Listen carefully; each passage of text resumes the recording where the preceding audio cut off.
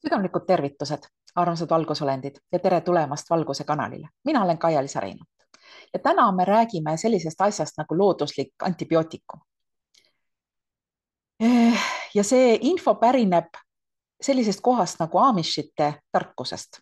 Loomulikult ma usun, et igal rahval on olemas oma tarkus selle kohta, aga lihtsalt praegune pärineb sealt ja sellepärast ma seda ka ütlesin, sest teatavasti Amishid ei lase ennast välistest süsteemist mõjutada, nad ei lase ennast süstida, nad ei vaata meediat, nad ei lase endale teha ka näiteks vereülekannet ja nii edasi ja nii edasi.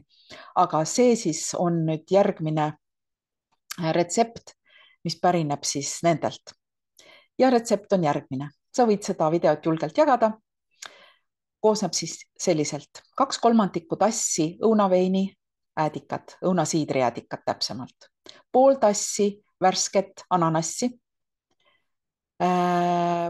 paari sentimeetri pikkust tükki ingverit, 1 teelusikatäis kurkumit, 3